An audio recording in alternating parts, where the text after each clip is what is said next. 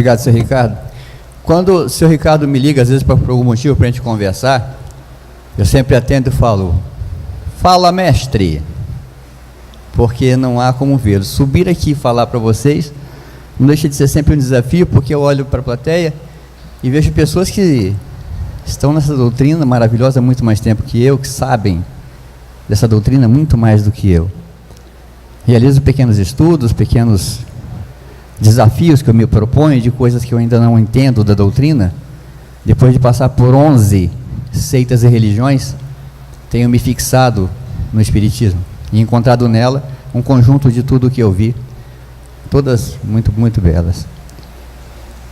Então, pedindo a Jesus que nos ampare e nos oriente, vamos tentar explicar uma das passagens mais controversas do Velho Testamento, quando em Deuteronômio 18 há uma lei direta e clara de que não devemos consultar os espíritos, não devemos nos falar com os mortos, uma lei mosaica.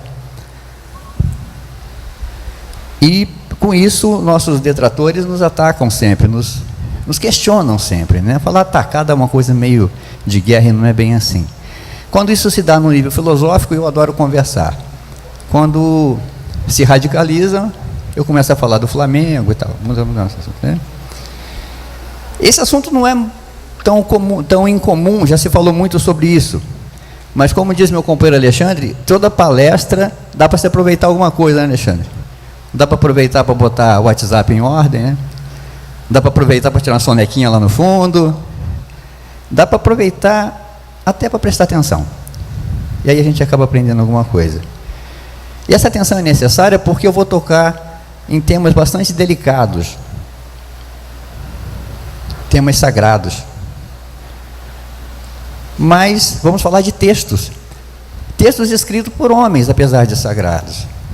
E homens são falhos. Então, algumas traduções passam por muitas línguas. Vem do aramaico para o hebraico, talvez do hebraico para o grego, do grego para o latim, para depois vir para uma língua italiana, por exemplo. Natural que haja confusão. Até porque essas línguas eram um pouco limitadas, né? E o hebraico, assim como a nossa língua portuguesa, propõe algumas palavras que têm o mesmo som, mas com alguns significados diferentes. Como outras que têm a mesma grafia, com significados diferentes. Ou que tenham, sim, o mesmo som e o mesmo significado. Não só no hebraico, como no árabe, por exemplo, que são línguas semíticas irmãs. Você quer ver um exemplozinho? Shalom. Shalom, em hebraico, quer dizer a paz do Senhor. E nós temos em árabe, salam. Shalom sempre vem seguido de Adonai. Então, é um cumprimento que diz a paz do Senhor. Se você pegar salam, que vem seguido sempre de aleikum, tem o mesmo sentido. Shalom, salam. E o sentido é o mesmo, apesar de serem iguais. Isso é bacana. Mas isso não acontece sempre. Existem algumas palavras que têm parecidas e que podem gerar controvérsias, né? Assim, quando a gente fala de Adão e Eva, que se refere a uma raça, não se refere a uma ou duas pessoas, não a um casal, mas fala-se de uma raça. Quer ver um outro exemplo que é muito comum no nosso cotidiano? Aquele velho exemplo do camelo passando no buraco da agulha, né? Já se discutiu tanto sobre isso. Isso sempre gerou confusão. Mas por quê? Veja só. Vou saindo aqui do Shalom do Salam. Camelo. O camelo, em hebraico, é gamai, né? E corda grossa é gamia. Jesus, por conhecer todas as palavras do universo, tinha muita familiaridade também com a linguagem dos pescadores, que ele era quase um deles, não é? Ele sabia que o nome de corda grossa era gamia. Então, ele não ia usar nunca um exemplo de um camelo passando pelo buraco de uma agulha. Não faz nenhum, coitado do camelinho, ele não ia caber nunca ali, tadinho. Então ele ia usar o exemplo claro da referência que ele tinha de pescador, ia falar de uma corda grossa, que é aquela que sustenta a rede. Então, e por que ele usaria esse exemplo? Porque as pessoas falam que é aquela passagem que tem na pedra, lá na entrada dos templos, não. Aquilo é uma outra palavra que se parece com agulha, mas não tem nada a ver com isso também. Então ele estava se referindo realmente a uma corda grossa dessas que se refere. Até porque é hábito, era naquele tempo e é até hoje, de se passar linhas por buraco de agulha. Ninguém nunca viu um hebreu tentando passar um animal qualquer que fosse por um buraco de agulha, né? Então é óbvio que Jesus se referia a esta corda grossa. Ao camelo que é gamai, claro, e a essa corda grossa, que é muito mais difícil de passar pela agulha. Isso são exemplos que eu vou dar aqui no recorrer desse nosso bate-papo, para que a gente entenda como algumas coisas podem ser complicadas. Por exemplo, o profeta Eliseu, ele estava na Síria e estava muito adoentado, né? E aconteceu que ele tinha lá os assessores dele e disseram a ele: olha, o rei, o nome do rei era o Ben-Hadad, era rei da Síria, depois tentou ser rei do Brasil. Não, mentira, esse era outro Haddad, não era aquele ali não. Esse Ben-Hadad então chamou o seu principal assessor e falou assim: olha, você vai lá, fala com esse Eliseu, que ele é homem de Deus, e pergunta se eu vou morrer. Deixa bem claro, leva uns presentinhos. Acontece que Damasco era a cidade mais importante de toda aquela região, muito rica. O chefe de estado dele, Hazael, que depois vai ser rei no lugar do Haddad, ele reuniu uns presentinhos, deu 40 camelos carregados. Foi até Eliseu, deu o presente e disse o seguinte: olha, Eliseu, o meu rei manda te perguntar se ele vai viver ou morrer. Ele quer saber, né? Para você perguntar para o seu Deus. Olha só a resposta que nós vamos encontrar a essa simples pergunta. Veja bem, a resposta que está escrito em 2 Reis, capítulo 8, versículos de 7 a 10. Vai e dize-lhe, certamente viverás, mas o Senhor me mostrou que ele morrerá.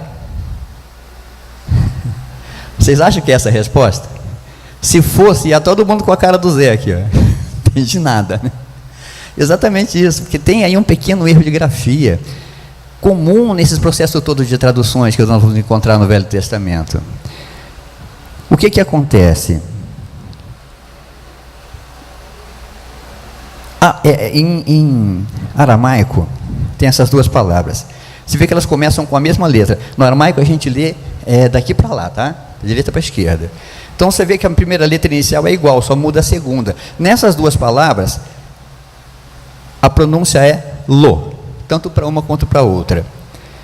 O que acontece? Essa primeira letrinha é uma letra aramaica chamada Aleph, ou Lamed. O Lamed, ele, quando é seguido da palavra Aleph, a pronúncia é lo e significa não, mas é um não taxativo, é aquele não definitivo.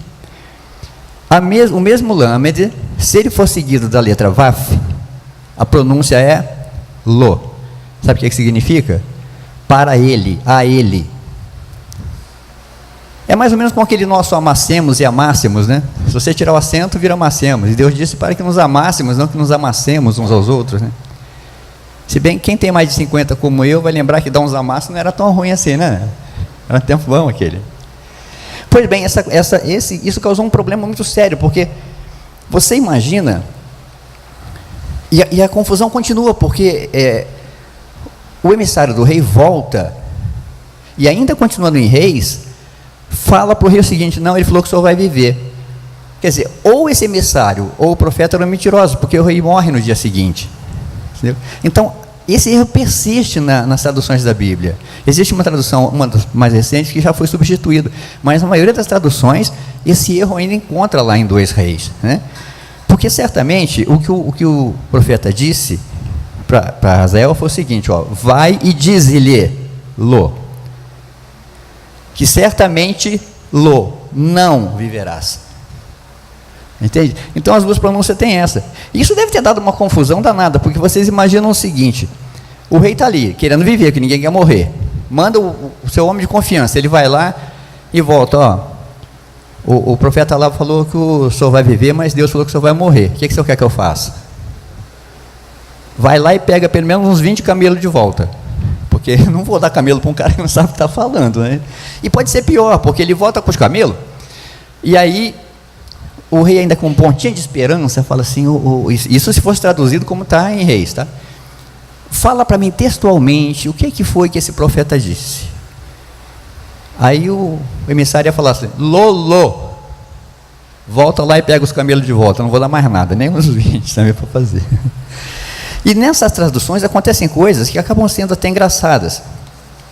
Já chegaram a colocar chifres em Moisés. Creiam nisso? No século V, um papa pediu para ninguém menos que São Jerônimo fizesse uma tradução da Bíblia, para encerrar esse assunto de traduções erradas. São Jerônimo, dedicadíssimo, pegou todos os textos em hebraico, e ele sabia hebraico, e foi traduzindo. Só que ele esbarrou numa palavra que pode ter dois significados, embora muito parecidas. A que estava ali não era correta, mas ele estava diante de livros que ele considerava sagrados. E diante desses livros sagrados, ele não conversou, traduziu conforme estava. Informações, aí muito sem nenhuma confiança, informam que nesse processo, algumas vezes aconteceu isso, e que Jerônimo falava para os seus discípulos e auxiliares, que ninguém faz uma tradução sozinha, né? Ele dizia o seguinte: não, isso é um texto sagrado, e se está assim é porque Deus quer que eu coloque assim. E aí ele incorreu no seguinte erro. Essa tradução chamada Vulgata, muito famosa, feita por São Jerônimo, nós vamos encontrar em Êxodo 34, no versículo 29, a seguinte frase: com que descenderete Moses de Monte Sinai, tenebate dua tábua testimoni, et ignorate quo, cornuta essete face, sua et consorcio sermonigei. Algum oriundi questo salone? No? Va bene, andiamo então, né?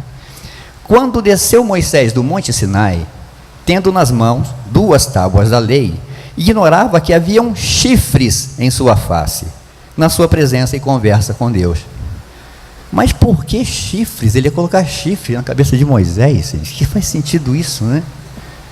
E aí tem gente que fala que aquilo não é chifre, é um outro emolumento. Não, está aqui, ó, cornuta, setefate, é chifre. Por que ele cometeu esse erro? Chifre, em hebraico, é keren, e brilho é karan. Nessas traduções e retraduções, uma letrinha, ou uma letra mal escrita, porque as duas letras em hebraico são parecidas, a forma delas, ficou chifre. Ele, diante de um texto sagrado, não conversou e mandou lá chifre. Então isso é muito natural que aconteça. Essas traduções posteriores vão corrigir, vão trocar essa palavra cornuta por luminosità, que é brilho em italiano. Então, a confusão foi de tal forma e tão crente que Michelangelo, grande escultor Michelangelo, esculpiu uma estátua de Moisés com os chifres. E ele considerou a sua maior obra. De tal forma, ele achava que aquela estátua estava tão perfeita que ele batia nela com um martelo e dizia parla, parla, para ver se a estátua falava, porque estava perfeita. Moisés não ia falar nunca com Michelangelo, ele não devia estar muito satisfeito não. Olha a cara dele ali, ó. Quer ver? Não gostou muito não de ser chamado de chifre. Até porque a gente sabe que historicamente chifre é associado a uma outra coisa. Quando tem brilho, como é o caso aí de luminosidade, a gente associa a Deus. Mas se você fala de chifre, vai ter que associar a Corim. Corinto. Segura o grito de Timão eu aí. Porque num cantinho dessa cidade, lá da Mesopotâmia, tinha uma cidade chamada Corinto. E tinha um cidadão lá que era chamado de demônio, no sentido de espírito ruim.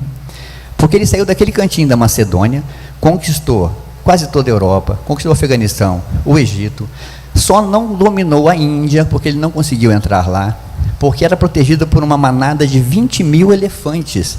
Vocês acreditam que esse cidadão enfrentou os 20.000 elefantes sozinho, não foi pisoteado, porque a turma dele se mandou? Quem eu estou falando? Alexandre, o Grande, que era lá de Corinto. Por isso aquela população antiga associava Corinto, pela presença de Alexandre, como uma cidade do mal. Uma grande bobagem, não tinha nada disso. Essas frases acabam levando sim a esse tipo de dúvida. E nós vamos encontrar algumas leis muito estranhas no Velho Testamento, fora os erros de tradução, algumas leis que vão nos parecer bastante estranhas. Eu anotei algumas para a gente exemplificar aqui, ó. A discriminação estava muito clara lá. Diga a Arão, pelas suas gerações, nenhum dos seus descendentes que tenha algum defeito poderá aproximar-se de Deus com ofertas de alimento. Quer dizer, não podia ao templo levar ofertas de alimento. Quem? Que seja cego ou aleijado, que tenha o rosto defeituoso ou o corpo deformado, ninguém que tenha o pé ou a mão defeituosa, ou que seja corcunda ou anão, ou que tenha qualquer defeito na vista, eu não ia poder ir, ou que esteja com feridas purulentas, ou com fluxo, mulher menstruada também não, ou que tenha testículos defeituosos. Esse tipo de gente não podia ir ao templo levar ofertas. Aí fica a pergunta, coitado anãozinho, né? Se for não corcunda, então não vai nunca. E meu Deus do céu, quem é que verificava os testículos? Olha só, era autorizada a homofobia. Se um homem se deitar com outro homem, como quem deita com uma mulher, ambos praticarão um ato repugnante e terão que ser executados, pois merecem a morte. Levítico 20:13. Sem comentário. Vai ter que casar. Se o homem se encontrar com a moça e sem compromisso de casamento e a violentar, e aqui violentar não é a força não, é consensual. Vocês vão entender no resto do texto, quer ver? E eles forem descobertos, o que? Consensual. Ele pagará ao pai da moça 50 peças de prata e terá que casar-se com a moça, pois a violentou, e jamais poderá divorciar-se dela. Eu pensei na hora, filho do Bill Gates, que se cuide, né? Alguém quiser dar um golpe do baú, lá, vai, fica tranquilo, dá 50 prata lá, está tudo certo. A escravidão entre os próprios hebreus era autorizada. Se comprares um servo hebreu, 6 anos servirá, mas ao 7º sairá livre de graça. Se entrou com o seu corpo, só com o seu corpo sairá. Se ele era homem casado, sua mulher sairá com ele. Mas se o seu senhor lhe houver dado uma mulher, e ela lhe houver dado filhos ou filhas, a mulher e seus filhos terão que ficar com o seu senhor, ele sairá sozinho. Então quem já cumpriu aí uns 7 anos de escravidão matrimonial, pode ir lá no sogrão devolver a fiarada, a mulher, mas só se for hebreu, não adianta ficar contente não. Ok, vocês acham que essas leis são estranhas, né? Eu também achei, e eu peguei as mais tranquilas, tá? Principalmente em Levítico nós vamos achar leis terríveis de necrofobia, é bem complicadinho de se entender, mas não de compreender, quando você pensa em que povo era aquele, que circunstância eles estavam vivendo e que, como Moisés tinha que tratar com aquele pessoal, ainda na infância espiritual e sob influência. Se aquele povo já era extremamente ignorante, não tinha sequer a noção de um Deus único, vocês imaginam os espíritos que habitavam aquela região, eram terríveis. Moisés precisava de leis que cumprissem assim. Mas isso não mudou, porque para não deixar parecer que eu estou discriminando aqui as leis mosaicas, eu peguei algumas leis atuais nossas também, ó. É proibido comer melancia e criar formiga. Em 1984, hein? Não é de Moisés, não. A melancia foi proibida em Rio Claro, cidade do interior de São Paulo. Isso porque existia a suspeita de que a fruta transmitia doenças como febre amarela e tifo. Na mesma cidade, em 65, se a polícia descobrisse que você possui um formigueiro em casa, você teria que pagar uma multa de 2,5 sobre o valor do salário mínimo. Vai entender por que isso. Aeroporto Praetê, essa é para o Alexandre. O então prefeito da cidade de Barra do Garças, estado do Mato Grosso, aprovou em 95 uma lei que delimitava uma área da cidade para a criação de um aeroporto interespacial, o Discoporto, como ficou conhecido, sem hipnose. Em 61, o então presidente Jânio Quadros proibiu a realização de sessões coletivas de hipnose em praça pública. No entanto, não havia simplesmente nenhum registro de que sessões do gênero, obrigado, irmão, que sessões acontecessem no Brasil. Será que o Jânio tinha medo de ser hipnotizado, né? Ele tem cara de hipnotizador, né? Achou ruim aquela da homofobia? Escuta essa aqui. Isso é lei vigente, hoje em dia. 29 estados norte-americanos permitem que empresas demitam seus funcionários por serem homossexuais. E o Putin, aquele cidadão bem centradinho que tem lá na Rússia, decretou uma lei que proíbe os adultos de contar para as crianças que existem homossexuais. E assim segue. A legislação de trânsito do Brasil tinha, em 86, a seguinte resolução: obriga a vítima fatal de um acidente de trânsito, ou seja, o morto, a se submeter a exame de teor alcoólico. Mas qual é a lógica desse dispositivo? Nenhuma. E como o morto ia soprar o bafômetro, meu Deus do céu? Isso aqui é só para profissional. Em Vitória, na Austrália, é ilegal, da cadeia, trocar uma lâmpada se você não for um eletricista profissional. Atenção, almarada, que essa é complicada. O hominicídio está autorizado. Em Hong Kong, uma mulher pode matar o seu marido se descobrir que ele atrai, mas ela não pode contratar ninguém para fazer isso. É ela quem deve consumar o ato, ou seja, não pode contratar uma pessoa para fazer. Sabe aquelas férias que vocês queriam tirar com a esposa? Hong Kong, nem pensar. Passa longe. Na verdade, são leis que, como hoje em dia, também são complicadas. Acaba que você tem que realizar umas coisas que não faz muito sentido para nós hoje, como não faz naquele tempo para Moisés. Então, Moisés precisava daquele tipo de lei. Eu deduzi disso tudo que é muito mais honesto pensar que os tabus dos hebreus eram como os nossos, só repaginados. As regras davam segurança e coesão ao povo. Tudo que era dito, digamos assim, como anormal por algum motivo, logo era visto como abominação. Essa introdução toda foi para chegar finalmente no que nós vamos falar hoje, que é essa proibição de Moisés de consulta aos espíritos. Ok? Deixa eu só me encontrar aqui um minutinho. O que aconteceu foi o seguinte, a ideia nem era esse tema que eu ia abordar, mas eu acho que foi aquelas coincidências, durante a semana, umas 5 ou 6 pessoas me perguntaram sobre isso. Eu tenho um companheiro que é de uma outra religião, e conversamos a respeito, e ele foi taxativo. Falou, mas Mário, mas está lá em Deuteronômio 18, 10, 11. Eu falei, deve estar mesmo, porque eu nunca li. Li, na verdade eu já li todos os 39 livros da Bíblia hebraica, né? Confesso que eu até folhei os originais, não entendi nada. Mas não ia me recordar dessa passagem particularmente. Eu lembro de algumas outras passagens muito, muito bacanas, mas essa eu não me recordava. Então, para poder preparar isso, eu me peguei nessa seguinte situação. Eu lembrei que foi aquilo que Jesus disse, que ele não veio para destruir a lei. Então nem eu também tenho essa intenção. De forma nenhuma estou aqui para tentar destruir a lei mosaica. De forma nenhuma precisava ser daquela forma. E até porque o mestre vem, e no estudo que nós estamos fazendo do Evangelho segundo o Espiritismo aqui às terças-feiras, esse tema já acabou sendo abordado. Então, Jesus vem e esclarece essas leis, como elas têm que ser ditas, como elas têm que funcionar. E desafiou e provou isso aos doutores da lei. Para vocês terem ideia do que é um doutor da lei, a Bíblia hebraica tem 39 livros, nós vamos falar daqui a pouco dessas Bíblias. Um doutor da lei sabia todas de cor.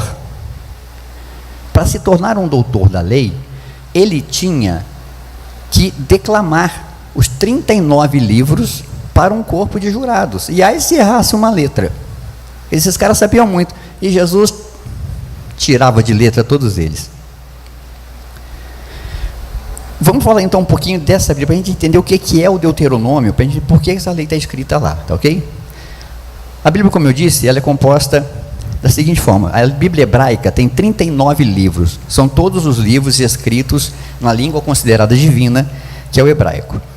Os protestantes, só uma observação aqui, que para os cristãos, o Novo Testamento, não há nenhuma dúvida de que tem 27 livros. Isso é um consenso sobre o Novo Testamento. Diga, Alexandre, o que você está tentando falar?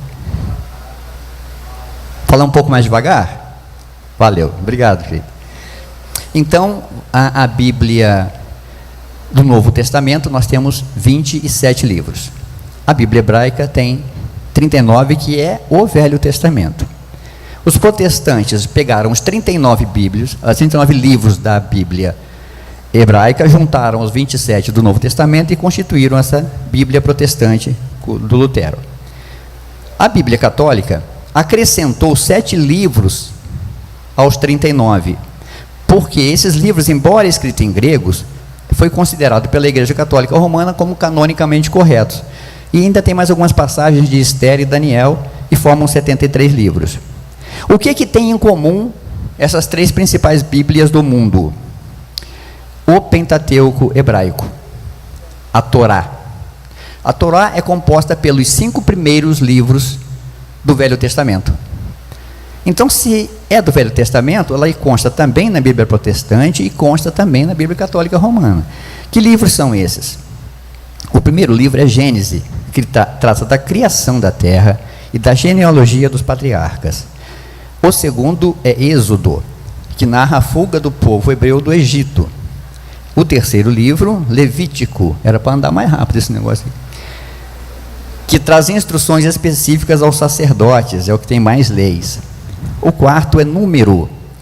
Por que tem esse título? Porque é exatamente o censo que foi feito, 2 censos foram feitos antes do povo partir para a Terra Prometida. E o último, Deuteronômio, descreve os 3 sermões com as instruções proferidas por Moisés antes do povo entrar na terra prometida. Eles estavam lá no Egito, saíram, viajaram por 40 anos. Quando chegou para entrar na terra prometida, Moisés falou: moçada, é aqui que nós vamos ficar. Agora tem umas coisas para eu falar para vocês. E sapecou 3 sermões ali. É num desses sermões que nós vamos encontrar essa proibição. Na verdade, tem mais um probleminha aí.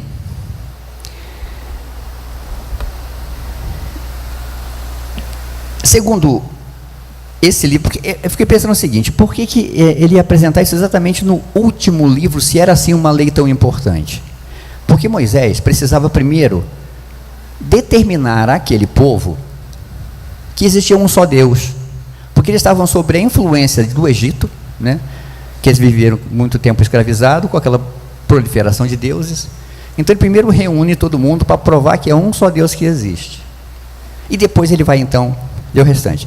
Mas nós tivemos uma tradução feita no ano, entre o ano 5 e o ano 1 antes de Cristo, 3 e o ano 1 na verdade, porque se você perguntar para um árabe, para alguém que tem a Torá como Bíblia, eles não vão entender esse nome Deuteronômio, porque para eles a Bíblia se chamava Devarim, do árabe, que significa palavras ditas, que a palavra escrita, nós sabemos pelo Paulo Coelho, que fez um livro famoso, Maktub, né, que é a palavra escrita.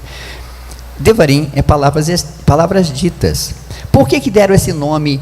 Eles dão esse nome e não Deuteronômio? Porque no primeiro capítulo, o primeiro versículo desse livro, tem a seguinte frase: El ha Devarim Moses.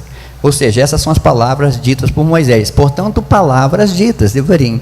Então, de onde surgiu o nome Deuteronômio?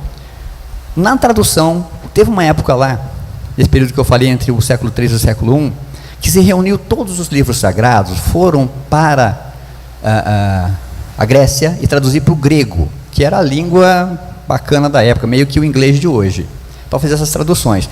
Então eles pegavam grego que sabia árabe e sabia hebraico, pegavam um hebraico que sabia aramaico, se reuniram. Vocês imaginam como é que deve ter sido isso? Com todo o zelo, com todo o cuidado, mas mesmo assim, deu problema. O primeiro já acontece aqui, ó. Em Deuteronômio 17, 18, nós vamos achar a seguinte frase: Mishnet ha-Torah Hazot, que significa uma cópia dessa lei. Mas a tradução feita na Grécia é Tu Deuteronômio Tutu. De Mishnah ha-Torah Hazot ficou Deuteronômio Tutu. Uma segunda lei. Não é uma segunda lei, é uma cópia da lei. Não existe uma segunda, é só essa, ok? Isso tem grande importância? Não, essencialmente não. Mas eu só estou ficando isso para que a gente possa daqui a pouco entender como isso pode realmente causar confusão, né? E é nesse livro, Deuteronômio, ou Devarim, a frase vai estar lá do mesmo jeito, ok? E esse amigo disse: olha, mas está lá, está escrito lá com todas as letras certinho. E eu falei: será que está mesmo? Então nós vamos lá para consultar para saber se está. Vamos ver nós aqui, gente. Porque eu fui correndo, fui ler. E será que? Porque às vezes a pessoa lê, mas não lê direito, né? Então vamos lá. Deuteronômio 18, versículo 10. Entre ti não se achará quem faça passar pelo fogo o seu filho ou sua filha, nem adivinhador, nem prognosticador, nem agoureiro, nem feiticeiro, nem encantador, nem quem consulte a um espírito. Opa, adivinhador. Nem mágico, nem quem consulte os mortos. Tá mesmo. E tá com todas as letras. Passar filho ou filha pelo fogo a gente não faz mesmo. Adivinhador, tem um outro por aí. Prognosticador, talvez. Agoureiro, tem. Agoureiro tem uns 4 ou 5 que a gente conhece. Encantador, eu acho que eu sou encanto. Mas quem consulte é um espírito, ou quem consulte os mortos, está claro, está claramente isso escrito realmente, com todas as letras, não tem nenhuma interpretação errada. Zé, fecha lá, vamos embora. Acabou para nós, negada, não tem mais jeito não. Não tem espiritismo aqui não. Acabou nada, gente. Isso é por questão de interpretação, até porque esse assunto não é tratado nesses 2 versículos. O estudo de textos sagrados vai sempre ser estudo e nunca leitura. Se você não for lá como disseram esse meu amigo que estava e está realmente, você tem que ler e pesquisar e descobrir o que é isso, porque senão você acaba ficando com essa informação. Assim como o nosso querido São Jerônimo achou que era chifre e era brilho, porque cabia ali talvez uma pesquisa maior e tirar essa dúvida. Assim como Jesus nunca quis enfiar um camelinho coitado no buraco da agulha, nunca quis isso. Assim aqui também pode acontecer. Esse assunto é tratado nos versículos 9 ao 14. Quando entrares na terra que o Senhor teu Deus te der, não aprenderás a fazer conforme a abominação daquelas nações. Entre ti não se achará quem faça passar pelo fogo a seu filho ou sua filha, nem adivinhador, nem prognosticador, nem agoureiro, nem feiticeiro, nem encantador, nem quem consulte a um espírito adivinhador, nem mágico, nem quem consulte aos mortos. Pois todo aquele que faz tal coisa é abominação ao Senhor, e por essa abominação o Senhor teu Deus os lançará fora diante de ti. Perfeito serás como o Senhor teu Deus, porque essas nações que hás de possuir ouvem os prognosticadores e os adivinhadores, porém a ti o Senhor teu Deus não permitiu tal coisa. Não mudou muito, mesmo lendo os 9 versículos, ainda está a mesma coisa, tá ok? Mas eu me propus a uma coisa. O Navarro teve aqui fazendo uma palestra, ele citou várias vezes a nossa questão 459, e ali conversando com ele, eu falei: Navarro, eu pensei até em mudar a ordem de uma questão do Livro dos Espíritos. A minha sorte é que não tem excomunhão no Espiritismo. Eu estava excomungado naquele instante, né? Mas, vocês lembram da 459? Influenciam os espíritos, os vossos pensamentos, tá? Muito mais do que imaginais. Kardec discorre em seguida, depois da 459, mais 8 explicações de como se dá isso. E aí vem a questão 469, que eu queria tirar lá de baixo e colocar coladinha com a 459, porque a 469 é assim: de que maneira podemos eliminar a influenciação dos espíritos? Ora, se eu faço a pergunta, eu sofro influenciação? Sim. É natural que eu me responda. Por quê? Para mim, porque Kardec, mais inteligente, elaborou as questões na ordem certa. Que a 469 fala de que maneira eu posso fazer. E lá diz uma receita simples, que eu vou passar para vocês agora, quem não leu a questão: como se livrar de influenciação de espíritos. Praticando o bem e pondo toda a tua fé em Deus. 2 coisas só simples: praticando o bem e pondo toda a tua fé em Deus, você elimina a influenciação dos espíritos. Como é que eu pratico o bem? No teu irmão, com o teu próximo, não tem outro caminho. Mas deixamos para lá. Mas como eu quis mudar também essa questão, eu me propus aqui a reorganizar esses versículos para ver se a leitura fica um pouco mais compreensível. Então eu decidi que ela ficaria assim, ó. Primeiro vem o 9. Não mudei ele. Quando entrares na terra que o Senhor teu Deus te der, não aprenderás a fazer conforme as abominações daquelas nações, porque já existiam muita gente morando naquelas terras, e eram pessoas bárbaras. Moisés sabia que os seus seguidores já estavam praticando de alguma forma esse contato com os espíritos, e se fizesse na forma como aquele pessoal fazia, ia dar problema. Porque estas nações que hás de possuir, existiam muitas nações lá, essa briga existe até hoje. Eles não conseguiram possuir todos, mas estão tentando, né? Ouvem os prognosticadores, adivinhadores, porém a ti o Senhor Deus não permitiu tal coisa conforme esse pessoal que está lá. Pois todo aquele que faz tal coisa, como fazem os que estão ali, são abominações ao Senhor, e por essas abominações o Senhor teu Deus o lançará fora de diante de ti. Entre ti não achará quem faça passar pelo fogo seu filho ou sua filha, porque aquele pessoal fazia isso. Nem adivinhador, nem prognosticador, nem agoureiro, nem feiticeiro, porque tinham essas maneiras. Nem encantador, nem quem consulte um espírito adivinhador, nem mágico, nem quem consulte os mortos. Perfeito serás como o Senhor teu Deus. Compreende como ele quer dizer? Que vocês não podem fazer o que aqueles caras estão fazendo. Eles consultam os espíritos, eles consultam os mortos, eles fazem umas coisas que vocês não podem fazer conforme eles fazem. Ele jamais disse que vocês não podem fazer. O que ele estava tentando era proteger o povo dele daquelas abominações todas que aquele pessoal fazia. Então, certamente, o que Moisés queria era reorganizar aquela lei, por quê? Ele sabia muito bem que os espíritos que habitavam aquela região, porque Moisés era, sim, um grande médium, né? Ele queria deixar muito claro que não era possível fazer daquele jeito. Um texto do Haroldo Dutra, sobre esse assunto que eu pesquisei, ele fez o seguinte, ó. Tem umas coisas interessantes para ser observado daí. Primeiro, porque a Dutra, vocês sabem, ele é juiz de direito. Ele fala assim, olha, só há proibição legal para o que é possível. Ninguém proíbe algo impossível. É mais ou menos, eu falo assim, ó, ninguém pode sair daqui voando. Isso é uma lei. Ninguém voa mesmo. Não tem como fazer uma lei sobre isso. E só se cria uma lei, só se legisla sobre algo cuja prática recorrente causa danos ou malefícios ao bem comum. Daí é o seguinte, por que Moisés, um legislador severo, então ia criar essa lei proibindo as pessoas de consultar espíritos se ele sabia que existia espírito? Por isso mesmo, porque ele sabia. Ele sabia da existência da imortalidade da alma, ele sabia da existência de seres espirituais e que o povo dele podia praticar isso de uma forma errônea, como aquele povo lá fazia. E mais, sabia também que se ele permitisse, isso ia causar muito mais dano do que benefício, né? Ao que se me perguntam sobre esse assunto, onde eu posso pesquisar então, se você está falando que dá para pesquisar, para eu entender melhor isso, até porque num tempo limitado assim não é possível. Eu recomendo a leitura do primeiro capítulo do Evangelho segundo o Espiritismo. E já que leu o primeiro, aproveite e lê os outros 26. Que o livro é bom pra caramba, vale a pena, entendeu? Inclusive, eu penso, quando eu comecei a ler o Pentateuco, me encantei pelo Espiritismo, quis ler, eu fiquei me perguntando, por que essa ordem, né? Primeiro o livro dos Espíritos, depois os Médiuns, depois o Evangelho, depois... O Evangelho tem uma importância tão grande que ele está no centro, ele equilibra os outros 4, né? E quem consegue ler com atenção o Evangelho segundo o Espiritismo, não vai ter nenhuma dúvida ao ler o Velho Testamento ou ao ler o Novo Testamento, qualquer Bíblia, vai ficar muito fácil compreender.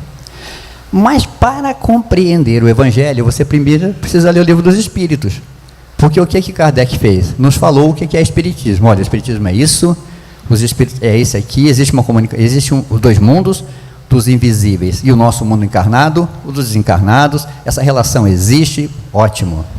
Aí a pergunta natural que vem é assim, mas como é que a gente se comunica? Como é que dá essa comunicação um mundo com o outro? Livro dos Médiuns. A comunicação se dá dessa forma, estabeleceu. Dito isso, Evangelho. Então, se você precisa ler o Evangelho, eu recomendo que antes leia o livro dos Espíritos, depois o livro dos Médiuns, leia o Evangelho. Meu querido, a partir daí você está apto para ler até Mônica e Cebolinha, que eu nunca consegui entender direito aquilo lá, por que ela bate no coitado do Cascão e do Cebolinha. Mas você vai entender qualquer coisa que você lê. Fica sagrada, então, fica muito fácil. No capítulo 1 do Evangelho segundo o Espiritismo, nós vamos encontrar, olha com que elegância Kardec coloca essa questão das leis mosaicas. A autoridade do homem devia apoiar-se sobre a autoridade de Deus, mas só a ideia de um Deus terrível poderia impressionar homens ignorantes, como aquele povo de Moisés, em que o senso moral e o sentimento de uma estranha justiça estavam ainda pouco desenvolvidos. É evidente que aquele que havia estabelecido em seus mandamentos, não matarás e não farás mal ao teu próximo, não poderia contradizer-se ao fazer do extermínio um dever. As leis mosaicas, propriamente ditas, tinham, portanto, um caráter essencialmente transitório. Ele desce do Monte Sinai, iluminado ou com chifre, como queiram, com as tábuas da lei, onde lá o primeiro mandamento, não matarás, e depois ele fala que se um homem se encontrar com outro, tem que matar, tem que apedrejar a mulher. Contraditório, né? Então eram leis para dominar aquele povo, para que eles tivessem uma educação mais rígida. E aí, no Consolador, a questão 274 é direto, a pergunta é direta. O Consolador, nós sabemos, é do Chico Emmanuel. Qual a intenção de Moisés no Deuteronômio, recomendando que ninguém interrogasse os mortos para saber a verdade? Resposta do instrutor Emmanuel. Antes de tudo, faz-se preciso considerar que a afirmativa tem sido objeto injusto de largas discussões por parte dos adversários da nova revelação que o Espiritismo trouxe aos homens na sua feição de Consolador. As expressões sectárias, todavia, devem considerar que a época de Moisés não comportava as indagações do invisível, porquanto o comércio com os desencarnados se faria de um material humano excessivamente grosseiro e inferior. Aí me chamou um pouco a atenção, e eu grifei, essa questão do comércio. Aí eu voltei lá no Deuteronômio, para ver se Moisés tinha falado. Não. Nas traduções que eu vi, todas a palavra é darash. Darash significa consulta, não tinha nada a ver com isso. Esse texto, por si só já explicaria isso, mas tem um outro livrinho chamado Mediunidade e Sintonia. No 4º capítulo desse livro, quando eu li, eu lembrei imediatamente dessa questão 274, porque ela complementa. Aí eu falei, por que não puseram as duas juntas, né? Nossa, também eu estou mudando tudo hoje, né? Já mudei a 459 para 469, já inverti a ordem dos versículos, agora estou querendo botar 2 livros juntos. É por isso que a Diana fala que eu sou complicado. Não, mas olha se não complementa, olha só que legal que é isso. Toda vez que um grupamento de prece se reúne, observamos sempre rogativas e pensamentos elevados à esfera superior, na expectativa com que se congregam os companheiros encarnados, na procura de reconforto. Ou seja, quando a gente se reúne para pedir para o plano superior alguma coisa. Não nos esqueçamos, porém, que o movimento é de intercâmbio. Se o homem recebe o concurso dos espíritos benfeitores, é natural que os espíritos benfeitores algo esperem igualmente do homem. Não existe sem permuta ou sem resultado. O lavrador planta as sementes e recolherá os frutos. E nós, que tanto temos recebido de Jesus, que oferecemos em troca? Que cedemos de nós mesmos em honra do amor pelos benefícios com que o Senhor nos ampara e levanta. Não alimentemos qualquer dúvida, a mensagem divina pede resposta humana. E não nos esqueçamos, a proposta de redenção é da espiritualidade superior, mas é também formada pelo serviço e fraternidade e colaboração na Terra. O progresso universal, em todos os tempos, é obra de intercâmbio. Porque a gente fala assim, Senhor, me dá, me dá, me dá. Ok, Ele dá, Ele manda bênçãos em profusão a todo instante, mas quanto mais a gente conseguir retribuir, compartilhar, mais nós vamos ter. Porque se nada faço, como posso obter? Fica mais complicado. O companheiro Alexandre falou disso aqui a semana passada. Vamos parar de picuinha, vamos começar a praticar. Vamos começar a fazer coisas boas, não é? E é assim que funciona mesmo. E vocês veem como completa uma coisa, completa a outra, apesar de 40 anos de diferença entre o Consolador e essa mediunidade de sintonia? Então eu sou complicado nada. Complicado é minha mulher. Gente, ela bota uma roupa e vem me perguntar, estou bem? Eu falo, está linda. Ela vai olhar no espelho, vai lá e se troca. Aí eu que sou complicado. Não. Então, nós podemos deixar como conclusão disso a seguinte situação. Moisés, além de um legislador correto, era também um grande médium. Não foi difícil para ele vislumbrar o que seria do povo hebreu se caísse na armadilha fácil daquele politeísmo reinante. Tanto que os outros 2 sermões que ele faz, antes de em Deuteronômio, é para imbuir no povo a ideia de um Deus único. Hoje, meus irmãos, nós temos um pouco mais de conhecimento e tecnologia, e conseguimos descobrir essas pequenas falhas na Bíblia. Mas acreditem, isso é só a essência do detalhe. Detalhe nunca é essencial.